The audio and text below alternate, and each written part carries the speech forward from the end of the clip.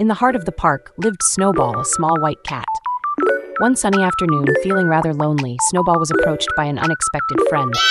Quack! Hello! Quackers greeted cheerfully. Quackers, a tiny duckling, chirped happily. Meow!